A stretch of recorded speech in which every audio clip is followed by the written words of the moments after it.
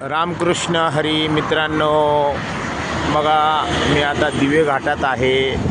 सकाळी सकाळी गुलाबी थंडीमध्ये दिवे घाट उतरतोय.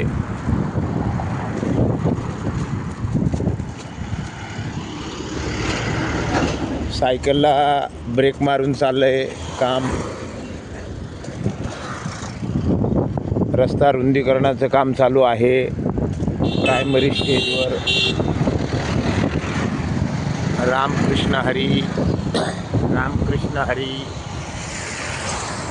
रामकृष्ण हरी.